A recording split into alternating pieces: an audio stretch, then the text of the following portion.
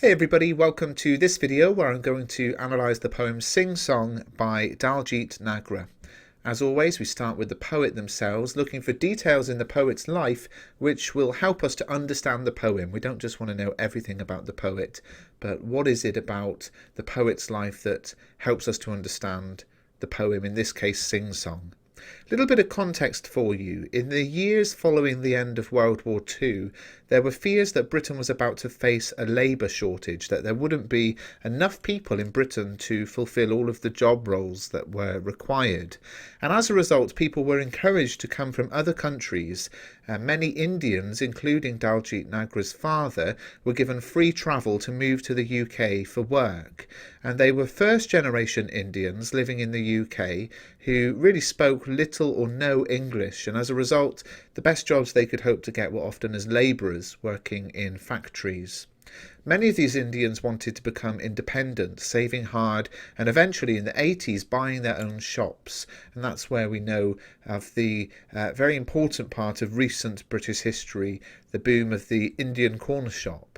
Now, Daljit was born in the UK in 1966, a second-generation Indian, and in the early 1980s the family moved to Sheffield, opening up a corner shop. So we can tell that the story of the poem, although it's not actually written about Daljit's life specifically, it's certainly a context that he would have been familiar with. So Nagre's first collection of poetry, Look We Have Coming to Dover, was published in 2007 by Faber and Faber. Nagre puts the description of the book as focusing on the anxieties of identity, being a brown-skinned person in a white nation.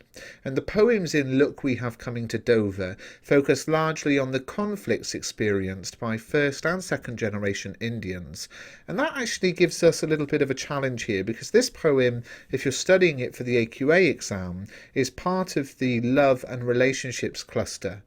Clearly there is some love and there is a relationship or a couple of relationships in the poem, but the sort of overarching theme of the poem is to do with conflict, and we've got to be careful that when we're analysing the poem we don't pick out things unless they help us in our understanding of the poem in terms of love and relationships. So it's been quite a complex analysis for me to put together, this one, because there are lots of things I see, but I think, can I pin that to some meaning to do with love and relationships? If not, let's ignore it. So I'm not going to go through every single detail of the poem. I'm just hopefully going to pick out some things that you perhaps didn't spot yourself. If we're looking at it in terms of love and relationships, then we can really pin the poem down as a poem that focuses on things which hinder romantic love, putting love before business and family. And Nagre himself said that he was fed up with the fact that so much English love poetry is, quote, moody and grim. So he wanted to write a happy love poem, and there are lots of things going on with language and structure that help us to understand how this is a happy love poem, and we'll look at those in a second. So the poem itself then, now the poem is quite a long poem. I'll read through it with you, a fairly simple to understand poem. I run just one of my daddy's shops from 9 o'clock to 9 o'clock, and he want me not to have a break, but when nobody in, I do de lock. 'Cause up de stairs is my newly bride, vi sharing chapati, vi sharing de chutney, after vi have made love like vi row through Putney. When I return vid my pinny untied, the shoppers always point and cry, Hey Singh, where you been? Your lemons are limes, your bananas are plantain, this dirty little floor leaves a little bit of mop in the worst Indian shop on the whole Indian road. Above my head, high heel tap the ground as my wife on the web is playing with the mouse. When she netting two cat on her Sikh lover site, she booked them for the meat at the cheese of her price. My bride, she effin at my mum in all the colours of Punjabi, then stumble like a drunk making fun at my daddy. My bride, tiny eyes of a gun and the tummy of a teddy. My bride, she have a red crew cut, and she wear a tartan sari, a donkey jacket and some pumps on the squeak of the girls that are pinching my sweeties. When I return from the tickle of my bride, the shoppers always point and cry, Hey Singh, where you been? The milk is out of date and the bread is always stale. The things you have on offer you have never got in stock in the worst Indian shop on the whole Indian road. Late in the midnight hour, Venue shoppers are wrap up quiet. Ven de precinct is concrete cool. We come down whispering stairs and sit on my silver stool. From behind the chocolate bars we stare past the half-price window signs at the beaches of the UK in the brighty moon. From the stool each night she say, how much do you charge for that moon, baby? From the stool each night I say, is half the cost of you, baby. From the stool each night she say, how much does that come to, baby? From the stool each night I say, is priceless, baby. So, fairly easy to understand. The newly married Mr. Singh is our speaker, and he works in his dad's corner shop, working 12-hour shifts each day, but he's sort of neglecting the shop, and at every opportunity when it's quiet, he pops upstairs to make love with his wife. And customers are complaining about the sort of state of disorder in the shop, but all Mr. Singh can think about is his wife upstairs. And at the end of the night, the newly married couple sit and look out of the shop window together. So there's a lot in the poem to do with conflict, and the conflict between Eastern and Western culture, and the way some of the things the wife is doing are embracing Western culture. For example, the website that she set up, the dating site, which perhaps clashes with the arranged marriages of the first generation Indian culture. But as I said, if we're looking at this as a love and relationships poem, we've got to be careful not to get too much into the conflict, for the purposes of this analysis anyway. So let's talk about the form. This poem is a dramatic monologue, which means the poem contains a single person who gives a speech to someone else, but the speaker is not the poet, and the listener is silent throughout. I'll tell you what I mean by that in a second. But it means basically that we're listening to a one-way conversation, and it's a form which allows us to identify the speaker's character from what they say. So usually the reader works as a sort of detective to analyse clues which reveal key details about the speaker. There's a gap between what the speaker wants us to know and what the reader can infer between the lines. How do we know the poem is a dramatic monologue? Well, to begin with, the speaker isn't Daljit Nagre, he's Mr. Singh. Now, Daljit's middle name is Singh, so you could say, well, maybe it's just him, but actually in a recent interview the poet said this is one of his characters, this is not himself. So we know this is not a strictly autobiographical poem, although we would perhaps infer that some of the experiences that he's writing about are things he can relate to because it's so similar to his own early life. But who is he speaking to? Well, it's not until line 44 that we realise the direct address from the speaker to you shoppers. So the poem is addressed to the complaining shoppers, and perhaps it's the speaker's explanation about why the shop has fallen into a state of chaos. We do hear what the shoppers complain about, but those lines are in italics in your anthology, which suggests that the narrator's just quoting their words back to them. They're not actually speaking in the poem. So we have to think about, how does this form tie in with the love and relationships cluster? Or to put it another way, why is this poem a dramatic monologue? Can we read between the lines and see something about the speaker which he is not himself explicitly telling us? Well, the speaker himself seems incredibly happy and joyful. He's in love with his new bride, and we'll explore that in a second. But it's the reader who reads between the lines and infers that there's actually a battle taking place, a battle between romantic love and the expectations of parents, the expectations of culture, the expectations of work. So the dramatic monologue form allows us to explore the conflict within the relationship, the pull between love and other commitments. And we could also say that the dramatic monologue form is appropriate as the shopper's views are not important to the speaker. All he cares about is his love for his wife, and therefore his is the only voice we hear in the poem.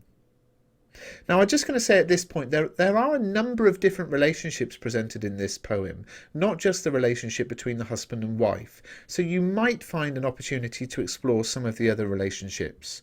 One of the other relationships, of course, is the father-son relationship, the relationship between the narrator and his dad. Now, there's a generational conflict in this poem, which is definitely in keeping with the poet's other works in Look, We Have Coming to Dover. You see, if you think about it, the father, as I've explained in the context section, he would have worked hard to save and open the shop. But the son simply inherits it, and that could be part of the reason why he's so willing to neglect the shop for his wife.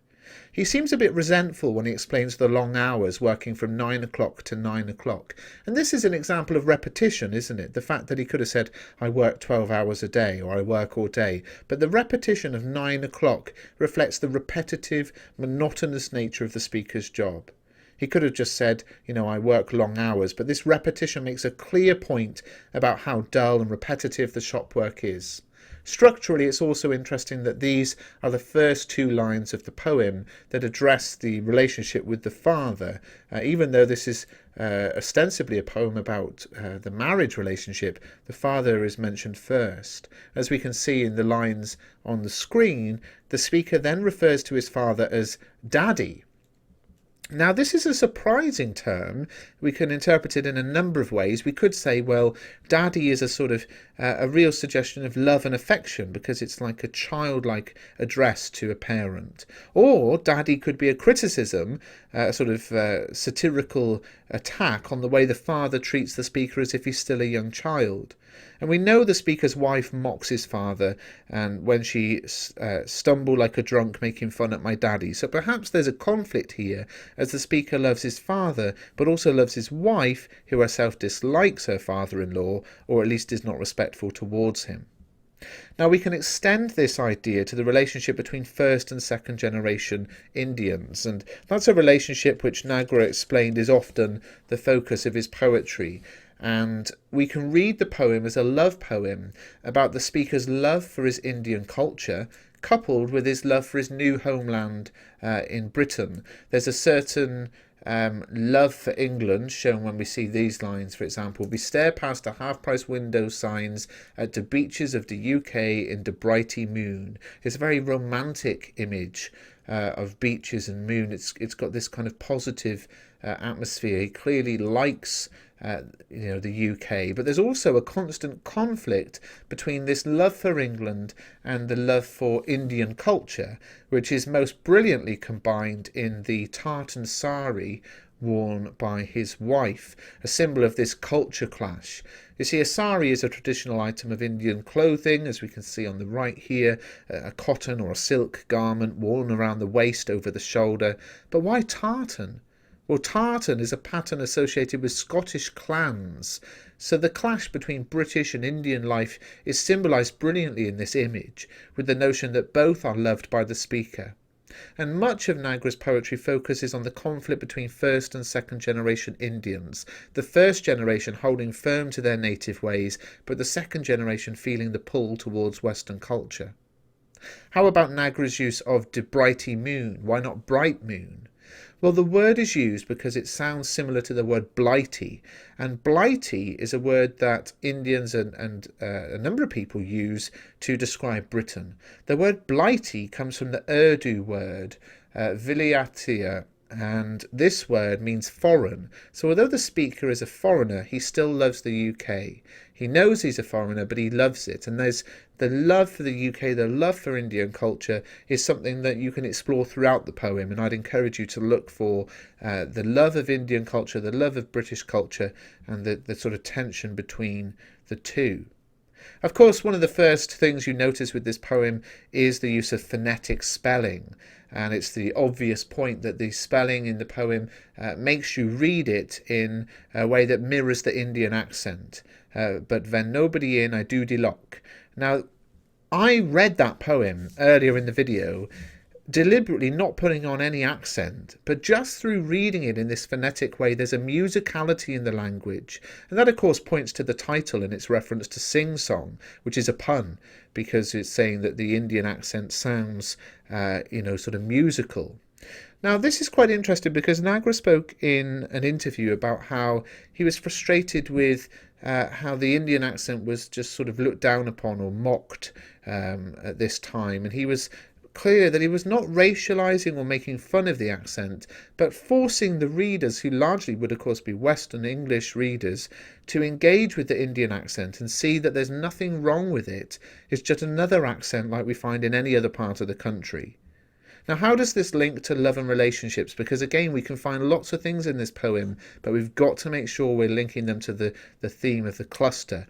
Well, perhaps Nagre's love for his Indian culture shines through in his use of the phonetic spellings. But of course, that's all an aside, and you can put some comments in the comments section or do a little bit of extra homework where you're looking for those other relationships, the relationship with his father, the relationship with his culture, the relationship with his new culture. But the main relationship being explored is that between husband and wife. So let's look at how that relationship is presented through structure and language. If the poem can be seen to represent the pull between work and love, the structure of the poem is one method used to highlight this. At the start of the poem, each stanza focuses on one topic, either love or work, as you can see on the screen. So stanza 1 is about work, stanza 2 is about marriage, stanza 3 is about work, stanza 4 is about marriage. This alternating structure reflects the two things pulling at the speaker's attention. He's torn between his wife and his work, and each is on a separate verse because it shows that the two cannot be focused on together at the same time.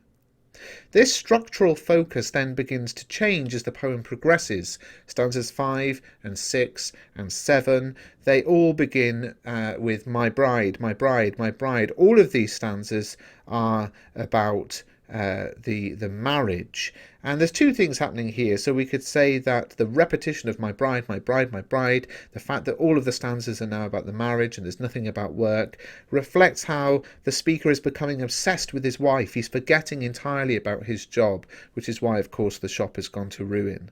And this is also the case for the final two stanzas, which focus again on the husband-wife relationship. So the structure reflects the pull between work and relationship, with relationship winning the battle as the poem progresses. Nagre's use of rhyme presents the joy of romantic love. A lot of people talk about how the poem is filled with rhyme and half rhyme, which gives the poem a sort of musical quality, once again linking to the pun in the title, Sing Song, being the sort of musical quality of the poem. Because up the stairs is my newly bride, vi sharing chapati, vi sharing de chutney, after vi have made love like vi rowing through Putney. The rhyme here makes the poem appear like a song, and this is added to with the use of the refrain, the repeated line, hey Singh, where you been, which almost acts like a chorus. So this repeated line, along with the clever use of rhyme throughout the poem, gives this fun quality. It almost has a sort of nursery rhyme or song-like quality, which reflects the positive love that is found in the husband-wife relationship. Similarly, the repetition of a hey Sing, where you been, we can look at it in another way, and we can say, well, that repetition reflects the monotonous nature of the daily routine of running the shop. But another interesting thing, and perhaps the most interesting thing for me, and you're rewarded with it now 18 minutes in because you've watched so much of the video, is to do with the use of half rhyme and full rhyme. So half rhyme is where the stressed syllables of the end consonants rhyme, but the vowel sounds before them do not, or vice versa. The vowel sounds rhyme, but the consonants don't. So let's look at an example here in ground and mouse. Let me just find the right bit here. Here we are.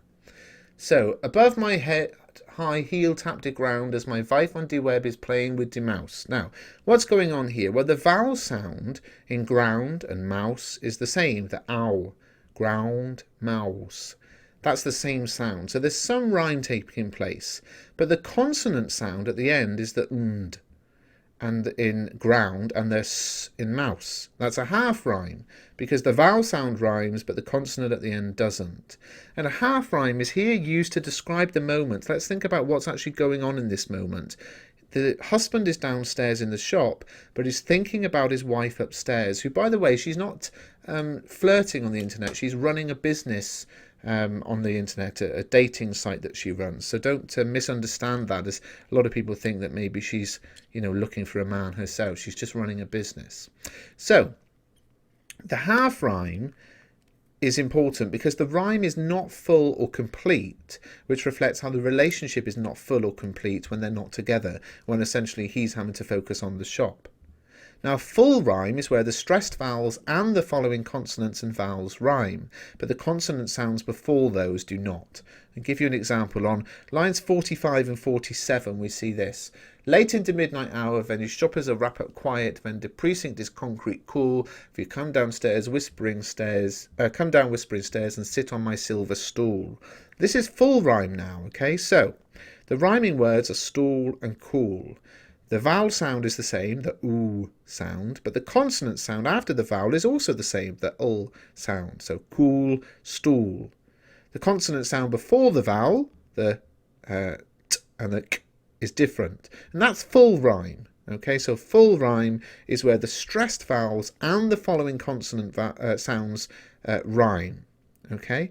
Now, this is full rhyme, and what is it describing? It's describing the moment when the customers are gone and the husband and wife are together, alone. And the full and complete rhyme reflects how the husband and wife complete each other. They are full and complete when they're together, just like the full and complete rhyme. Very clever use of half rhyme and full rhyme, and it's something we've seen time and time again in this poetry video series. Final thing I want to talk about is just another language point that's actually often misunderstood. Many people writing say that it's a very funny line where it says, rhymes chutney with putney. And it says, we share in chapati, we share into chutney after we have made love like we're rowing through Putney. And the simile, like we're rowing through Putney, is often talked about. And, it's funny and, it adds to the comical tone. It seems a bizarre simile, doesn't it? How is making love to your wife similar through rowing through the London district of Putney? The rhyme seems forced, the meaning bizarre, the effect comic and confusing. But the word Putney here is often misunderstood. It's Punjabi for wife. So Putney is the Punjabi word for wife, and it makes much more sense in reference to lovemaking if he's talking about his wife. Now, what's happened here is quite interesting because this is a deliberate usage of a Punjabi word which might cause Western readers some misunderstanding of the cultural reference and symbolises how perhaps Westerners might misunderstand the Indian population in Britain. Now, linking back to love and relationships, we can infer that there is a relationship between the first and second generation Indians and the English, but that is a relationship often built on misunderstanding and cultural clashes. So to conclude, there is a lot that you can look at in this poem. Now, just be careful with this. There's a lot you can look at and find that is actually very hard to link to the theme of love and relationships. But there is clearly plenty you can write about with the relationship from husband and wife, husband and his father, and Indian, first generation Indian to second generation Indian, and even Indians and British people. But just be careful that you pick out things that you can clearly link to relationships. If you found this video useful, please do give it a thumbs up and subscribe to the channel. Check out the poetry guide at mrbruff.com. It contains 10 of the poems, 5 for each cluster. Not this one because this one is in copyright, but it'll help you in the long run if you pick up a copy for £3.99. Thanks for watching.